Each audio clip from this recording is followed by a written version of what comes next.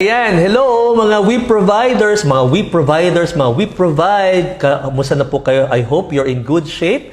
Andito naman po tayo sa ating pong isang episode ng ating pong Let's Ask Dr. Ray Salinel Jr.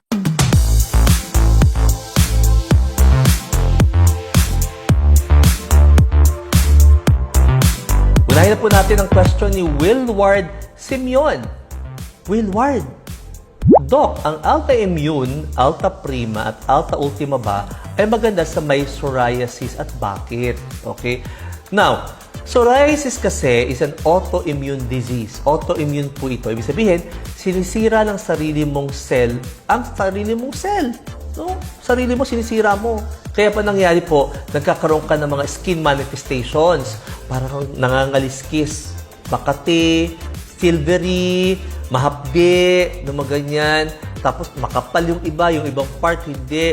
At sometimes, hindi po lahat ng parte ng katawan ng tao. Minsan, meron sa braso lang, sa ulo lang, sa dibdib lang, sa balakang lang. Yung mga ganun po. Ganun po yung mga...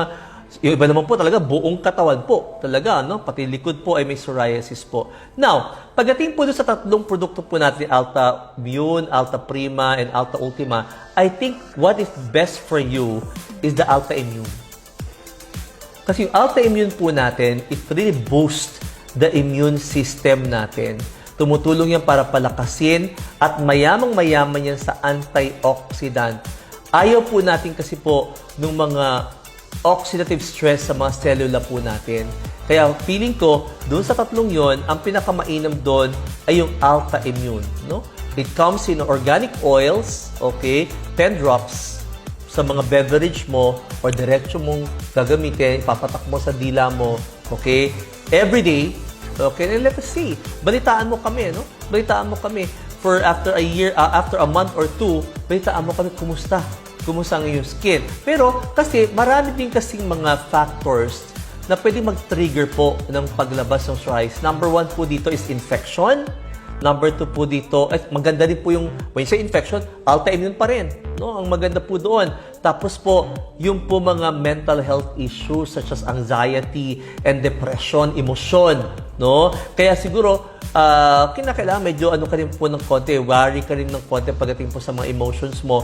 Kasi pwede po mag-trigger ng paglabas. No?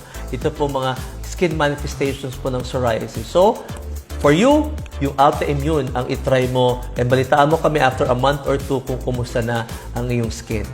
Okay? Sana po mayroon kayo na po na konting aral sa ating pong episode today na Let's Ask Dr. Ray Salinel. Sa susunod na episode, magkita at magkarinigan tumuli tayo. Bye!